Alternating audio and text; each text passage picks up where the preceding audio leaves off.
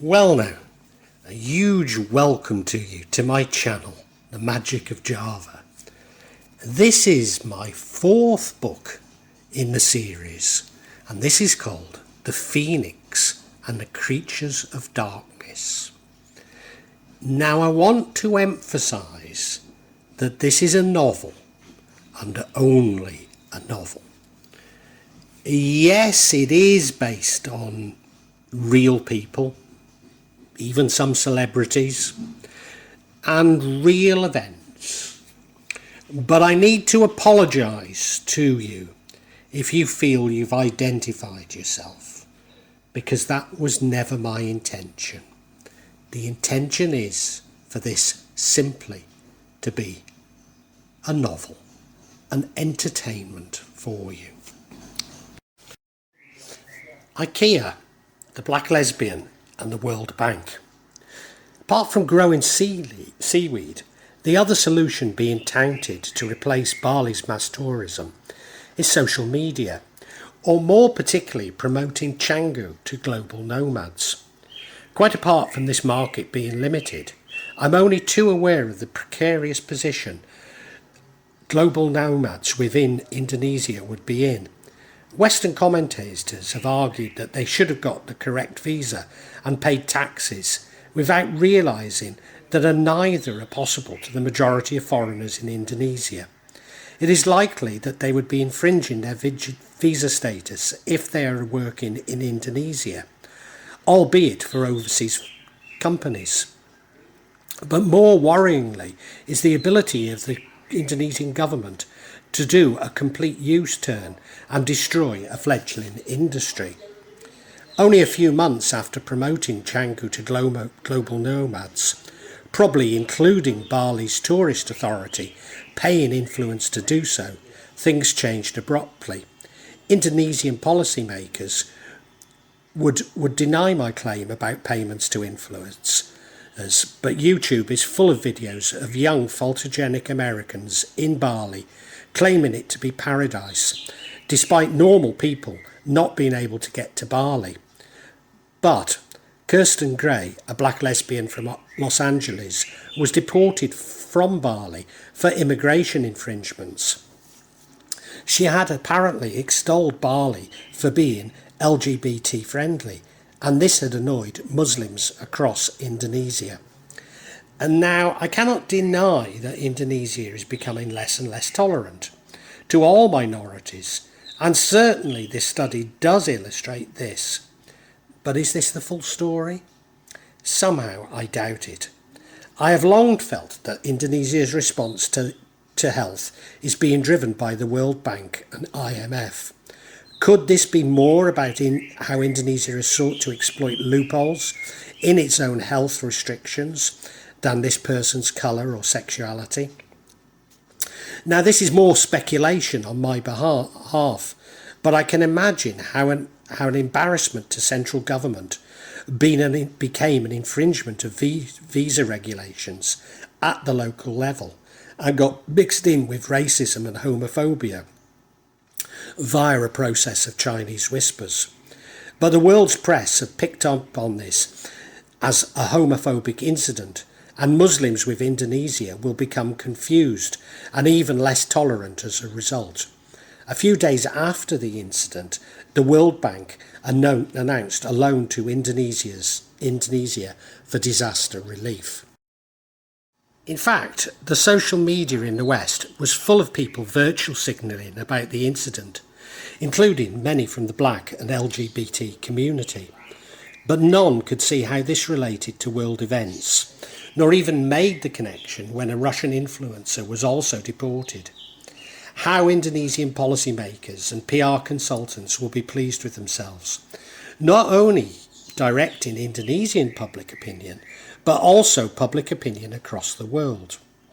And now there's much we can read into this incident, not least that my interpretation is completely unfounded and indeed wrong. But what it does illustrate is when everything has become so manipulated and news so untrustworthy that we can never arrive at the truth about such incidents. It also highlights the potentially unintended consequences and use and abuse of power.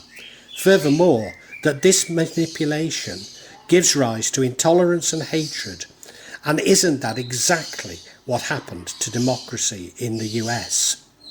About a week after these events, Santiago Salahuddin Uno, the Tourism and Creative Economy Minister, said, "I invite business people and professionals to consider working from Bali for two reasons. First, because they can work efficiently while enjoying Bali's natural beauty. And second, we can also help Bali's tourism and creative industries." What he failed to mention was that the current visa regulations prevent creative professionals, known as digital nomads, from working in Bali, and it would only be possible if they are major investors. A few months after writing this, the policy was changed by the government, seemingly to encourage digital nomads.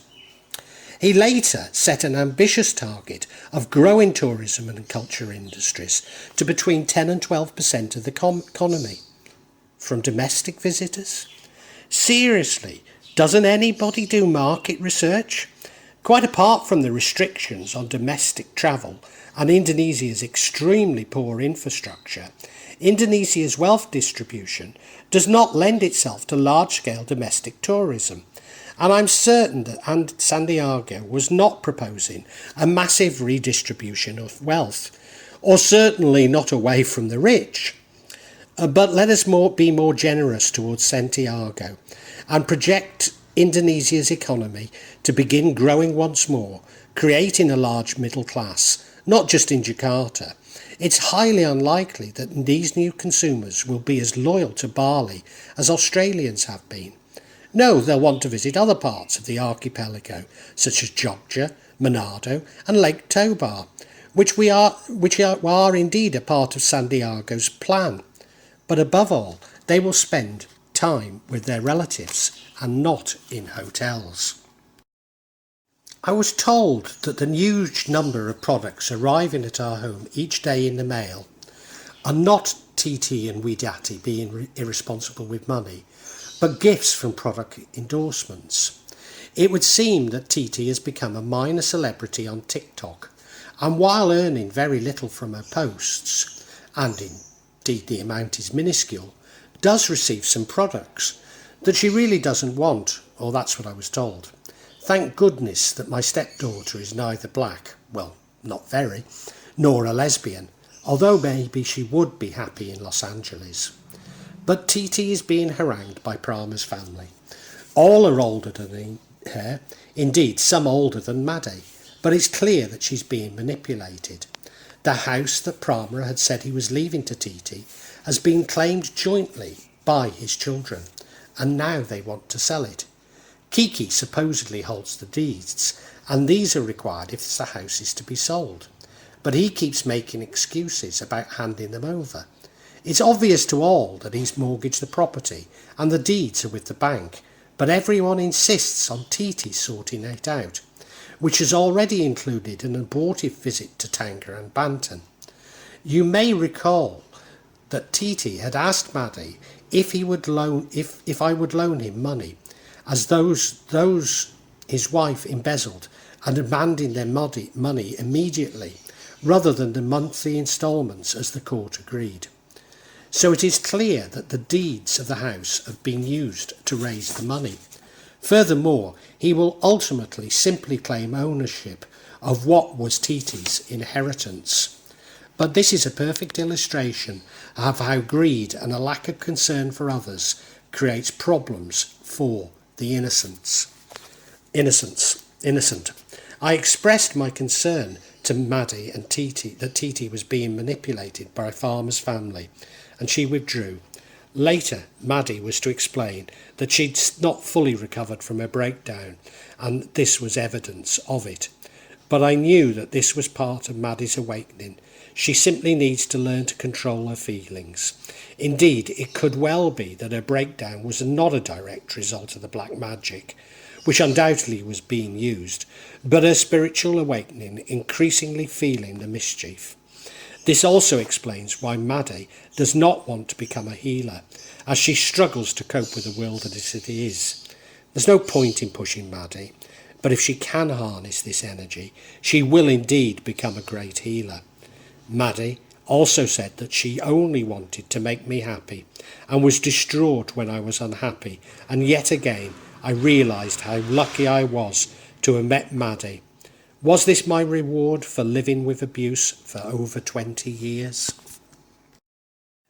Maddie has been going to Pasar Senin and Pasar Baru to buy second-hand clothes, as she always does when in Jakarta. But with the health crisis, Widati is concerned about the risk of going to such markets. This, however, does not prevent Widati from going to Ikea. I don't know why she already has an omzig. You see, along with most middle-class Indonesians, Widati believes viruses to discriminate against the poor. And why wouldn't they? Everything else in Indonesia discriminates against the poor. Probably the world, if I'm truthful. But in the West, we attempt to hide the fact. Although Widati's particular variant is that the viruses target the unstylish poor, those who care not for labels and brands. Maddie spoke openly with Widati for the first time she had felt able to since we arrived over a month ago in Jakarta. Widati is completely uncertain about what she wants. She knows that she needs a job, but that's difficult, if not impossible, during the lockdown. She is waiting for her boyfriend to marry her, but he's showing no urgency, despite her being 26 and getting close to the age where girls are seen as spinsters in Indonesia. She's also worried about the outcome of the operation on her leg. But the result is that she's done nothing at all about any of these issues. And all the time I'm getting anxious to get back to Gunung Kidul, albeit that I will not be allowed to travel at the moment. Buoyed up from her talk with Maddie, Widati spoke to her boyfriend and explained that his mother was not anxious that he should marry a Muslim girl. So yet again it would appear that Widati is being discriminated by a Christian family, or a Catholic family as this would be called in Indonesia. When travelling as a bule in Indonesia, Indonesians always assume that I am Christian, having no comprehension that their own government required me to convert to Islam.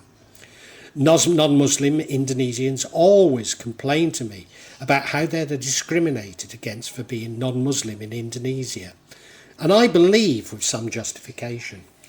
But my experience of being discriminated against for being Muslim, and in Widati's case, this could be having fairly serious consequences. Widati has therefore decided to go ahead with her operation, and Maddie took her to an initial consultation that afternoon. Maddie dressed as she had when we used to visit her gynecologists before our lives were turned upside down, and I was also reminded of the happy times we used to have in Jakarta, with Maddie organising my life in this strange country. At the hospital, they found that the operation was now much more expensive than we were quoted 4 years previously, and that it cannot be done with the flu rate so high. Indeed, the cost was so high that I dare not deplete my savings so much and have no solution. Maddie and I resolved to Gunung Kidul as soon as we could to reflect on the situation. I'm very conscious that we have to look for a silver lining in these events, and maybe there are 2 lessons to be learned.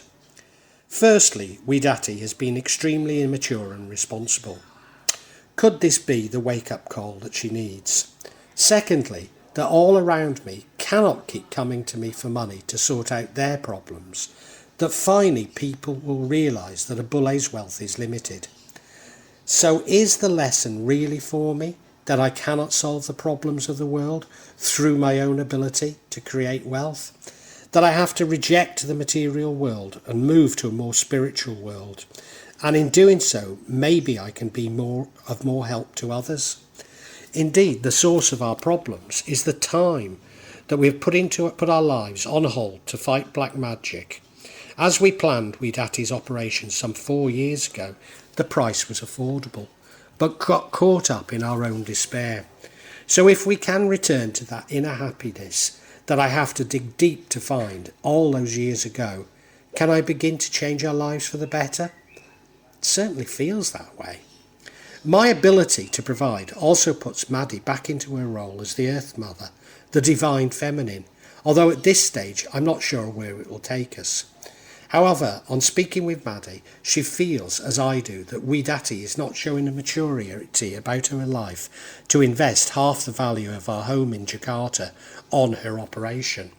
Maddie also wants to go back to Gunung Kidul as soon as we are allowed to, where we can think further about Widati. But more importantly, Widati needs to catch up with our feelings, as we arrived in Jakarta to find her unchanged and unaffected by the turmoil she had caused us. I'm also reminded that it was the destruction of our lives and Maddie's mind that eventually brought us to realise that we are soulmates. Yes, we'd been happy before, but this was based on my dependence on Maddie and her financial dependence on me. But now there is a trust between us, which had not really been before our crisis. Maddie knows that I have stayed with her and nursed her back to health. And whilst I felt that my contribution was minor, she is clear that it was I who brought her back. Later, Maddie also explained to me how much of my little insights into the paranormal and psychology had helped her to recover. Whilst it was indeed my intention and has been a preoccupation detailed in each episode, I had no idea that it was working.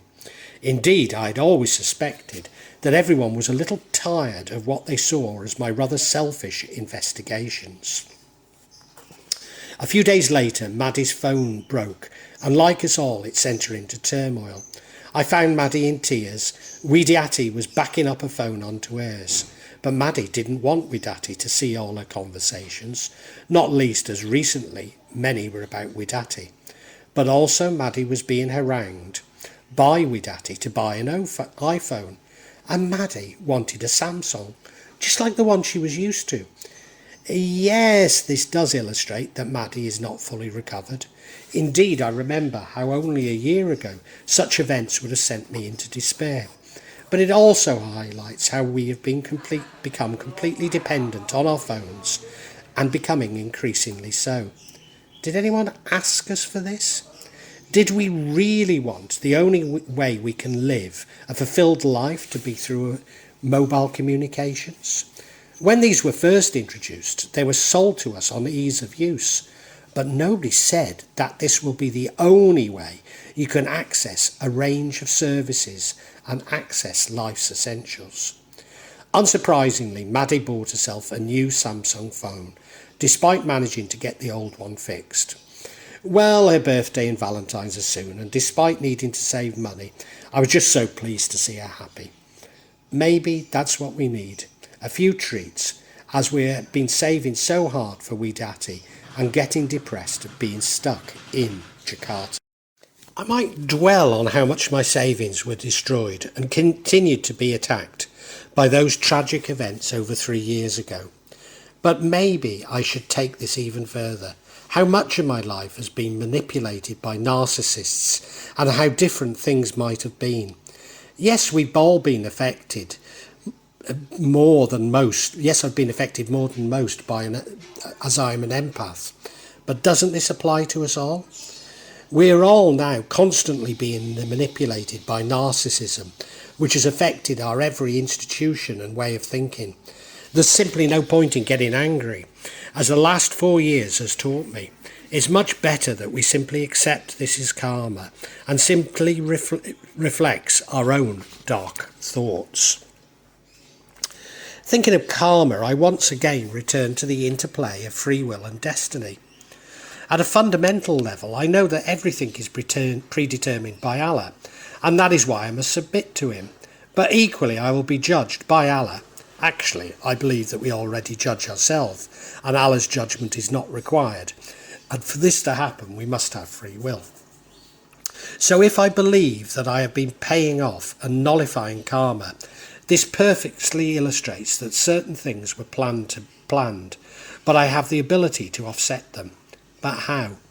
Well, through raising my vibrations, I'm able to shift to another universe in which the effects of the karma are much less apparent.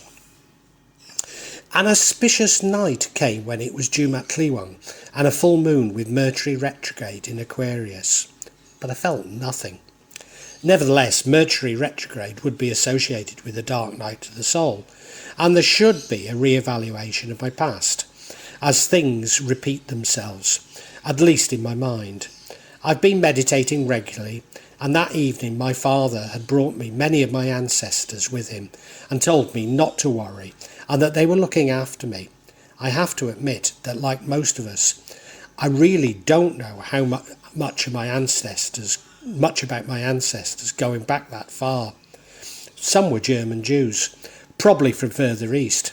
Then there were the Liverpool traders with some connections to Barbados. As my paternal grandmother was an Ulster woman, it's fair to assume that I have some Scots Gael within me. On my mother's side, I presume, but cannot be sure, that they were originally Welsh and from Manchester, which could mean anywhere given its massive growth during the Industrial Revolution. On entering the temple, I felt a jolt in my back. It was not as pronounced as people who experienced Kundalini described, but it seemed to take away the pain of the past and provided me with a more positive future. Nevertheless, it did start at the base of the spine, and it did seem to release new energy to me. Since then, it has repeated itself a number of times in waves, which is the energy being cautious with what I'm able to deal with. A kind of trance I frequently had, quite up from boyhood, when I'd been all alone. This has generally come upon me through repeating my own name 2 or 3 times to myself silently, till all at once, as it were out of intensity, of consciousness of individuality, the individual itself seems to dissolve and fade away into boundless being. And this is not a confused state, but the clearest of clearest, and the surest of surest, the weirdest of weirdest, utterly beyond words, where death was almost laughable impossibility, the loss of personality, if it were so, seeming but no extinction, but only true life. Alfred Lord Tennyson, in a letter to MP BP Blood, quoted in William James, The Varieties of Religious Experience. There were now no chains on the altar, and I speculate that I'd removed the karma of slavery. How? Well, simply acknowledging the crime during my meditation. The temple was full of gold coins, and I was told not to worry about money. Then the inner sanctum was full of the most beautiful light, which once again engulfed me. I was completely blissed out, as I recall feeling on my first dove. All at once I understand. It is not important for me to understand, nor even consider the motivations of those who do wrong, what some would call evil.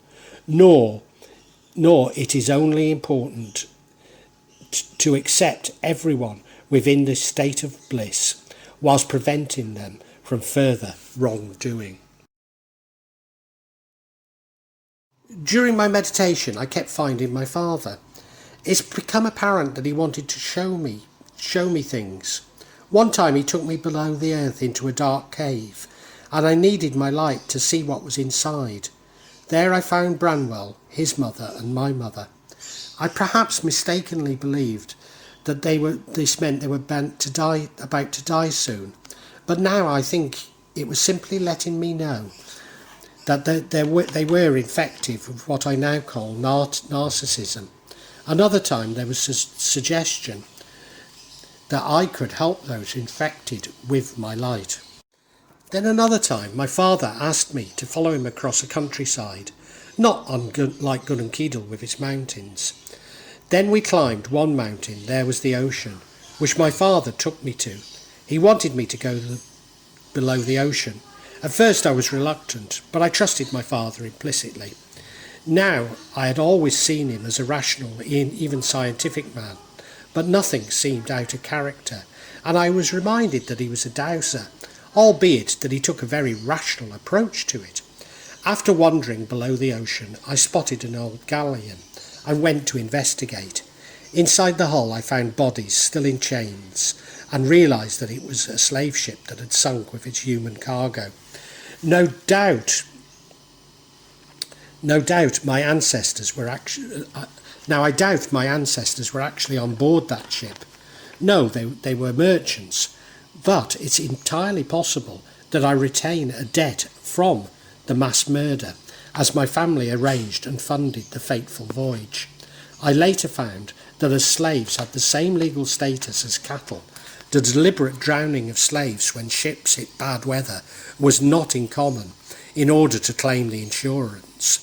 I'm not entirely certain how to interpret this revelation, not least as I had been led to believe that the karma was paid. But I wonder if karma is like an onion skin. The more you unpeel, the more you find. So now I understand this is our free will. We can indeed change our trajectories through exploring our subconscious and acknowledging our fears, the very same way that we overcome the black magic that is sent to us. This is how we increase our vibration and move to a more benign universe. Thus I resolve the puzzle of predetermination and free will. The tarot are simply potential outcomes, but with our free will we can change our outcome and trajectories. So some things are predicted by the tarot don't happen at all.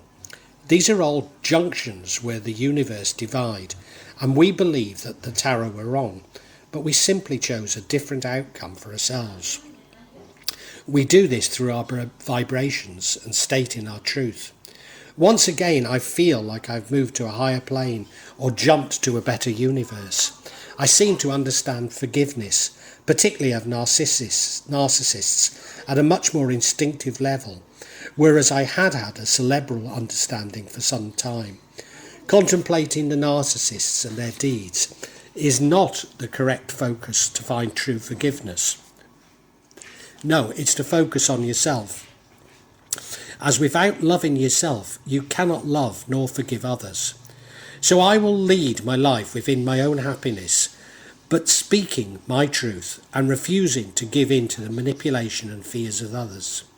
You might see this as a new stubbornness, but it's a stubbornness mixed with compassion and love. Just as there are some things one would never dream of asking Parcano, I need to develop this same persona. It's not about power and authority, it's about boundaries and knowing them. Just as I mentioned how things are predicted in my tarot don't even happen if you have a higher vibration. At this point I find it useful to return to the concept of life as a game, if only as a metaphor. It seems to me that these sudden surges of knowledge and emotions that I feel are me finding a new strategy, having successfully comprehended the rules of the game, or should I say the algorithms governing our lives. Maybe I'm not hacking reality, nor moving to another universe, simply being promoted to another level within the game. Now the problem with seeing life as a game is that the more you investigate, the more likely this becomes, and that I know that I should not devote myself to a single rabbit hole, but I should keep returning to the game, if only as a metaphor. Having raised this metaphor, I should at least explore it further. If one looks at the level within a game that one has recently competed, you begin to laugh at how caught up you were by a particular problems and characters who seem to make your progress impossible. But having found a way to overcome these situations, you move on in the game, no longer feeling nor preoccupied by the characters at the lower level. Why? Well, it's not simply experience, but that this experience has provided you with new tools and skills to deal with these low-level encounters. The existential threat which humanity currently appears to be challenged by is indeed preoccupying many of us. But once we're able to rise above it and no longer be gripped by fear, it embodies we are free to move to a higher level. So it's all about keeping us playing to harvest our emotions. Certainly game designers place seemingly unresolvable problems within games, which take us all our power and energy to overcome, because this is what keeps us playing. But it's now believed that we're being manipulated by narcissists, if true. Then this is a very valid metaphor, because the pride and the hubris of the narcissist is their weakness. They will overstretch themselves, providing us with the opportunity to disengage, and disengagement is the only long-term solution. So we must create our own universe based on love, and not the fear created by the narcissist. But having warned you of the rabbit hole, I should take heed to my own warning, however compelling this metaphor may be. Everything to be imagined is an image of the truth. William Blake. For some reason, old movies of Stoke-On-Trent keep appearing on my YouTube suggestions. Now, the potteries have always been an important influence on my life, although I have to admit, I was 15 before I first visited the city to watch Liverpool play Stoke City at the old Victoria ground. In fact, it was on the 19th of January 1974, as it was Alan Hudson's debut for Stoke City. You see, as a child I would regularly visit Liverpool to my Uncle Norman's in Kensington and Wallasey to see my great-aunt Olive. Indeed, as a relatively long child, I would spend holidays with my great-aunt Olive, relishing our trips down to New Brighton. We would also go to Wolverhampton, as my mother was a hairdresser, and her supplier was based in Wolverhampton, just down the road from the legendary Cats. Manchester, where I spent most of my adult life, I never visited until a Ritz-Aldea in 1976, although of course I'd been to Wigan Casino a number of times before that date. But the potteries was always somewhere I associated with adults and their bus trips to jollies, as I had no idea that some of our village's teenagers were spending all night in Tunstall at the Golden Torch. In fact, the more I find out about the Torch, the more it sounds like an amphetamine-fueled gang show for Shropshire's youth clubs. Where are you from? Longdon, Podsbury, Baschurch, St Martin's. You might laugh, but Dudley Youth Service used to arrange Northern Soul all-nighters, I think in Brierley Hill. I never went, but others from the Wolverhampton coach attended. In fact, they were organised by my friend Gerald, whom I first met years later through work. He had been a recently qualified youth worker at the time, with no knowledge of Northern Soul. There were also the legendary nights and all-nighters at Newton Aycliffe Youth Centre. I'm not sure if the youth service were involved, but they certainly continued for a long time. I do recall my friend Paul Walker talking about the youth centre in his Ford Capri at Wigan one night, but was more impressed by his glass eye and Jinx's bottle of whisky. I recall climbing Hartshill Road and when getting a view of the potteries. 1956 saw the end of coal-fired kilns, but the city was still shrouded in smog and bottle kilns punctuated the skyline. In fact, the image I still have of my first view was a city engulfed in this smog, but this must be something of a false memory, or at least an exaggeration. A little later I would regularly visit Stoke-On-Trent.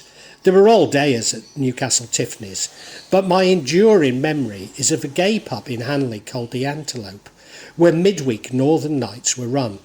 It was here that I was taken to the hearts of Dave Alcock, who I'm sorry to find has passed away, Tim Asherbendy, Blondie and Butch.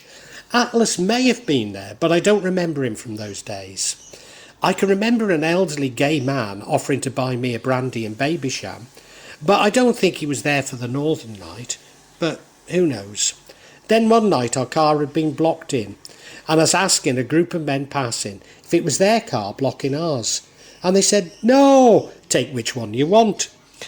I went to Wigan on the Stoke coach a few times, and I was treated like a respected guest, although it was somewhat less manic than the Wolverhampton coach, and there were certainly fewer hold-alls on the return journey. I also remember a shopping trip to Hanley on a bitterly cold winter's day, with our car skidding down the hills, We went to Hanley Market and I bought a pair of clogs and Cosmic Truth by The Undisputed Truth. Only 2 years later, I saw Derek Jarman's Jubilee in Stoke with its depiction of Sir John Dee by Richard O'Brien. I have no idea why such memories are coming back to me right now, but my nights at the Antelope are as vivid as something that happened only 10 years previously. This seems to be important, but I have no idea why they should be. Indeed, it is not simply these memories, but memories in general. What is their purpose? Is there some profound learning contained in them? Or are they simply to populate an imaginary timeline? I really don't know. Well, that concludes this chapter from my 4th book, The Phoenix and the Creatures of Darkness. And it's actually the final in this series of books. I'm not saying I won't write another book, but I feel this series is now complete. I really hoped you enjoyed it. And now I'm going to add a new chapter every week to this book. So if you want to hear about it, subscribe and hit the bell. Now, I'm not doing particularly well with these eBay, YouTube algorithms. So if you could hit the like button and make some comments, I think it helps me. I hate to ask you for this. I hate it when I hear people coming out with this sort of statement. But the truth is that this has been like a full-time job for the last 4 years of my life. And I'm still a long way off from receiving any money whatsoever for it. So I really do need to, I suppose, beg you. Subscribe, like, make comments. And thank you very much. Thanks.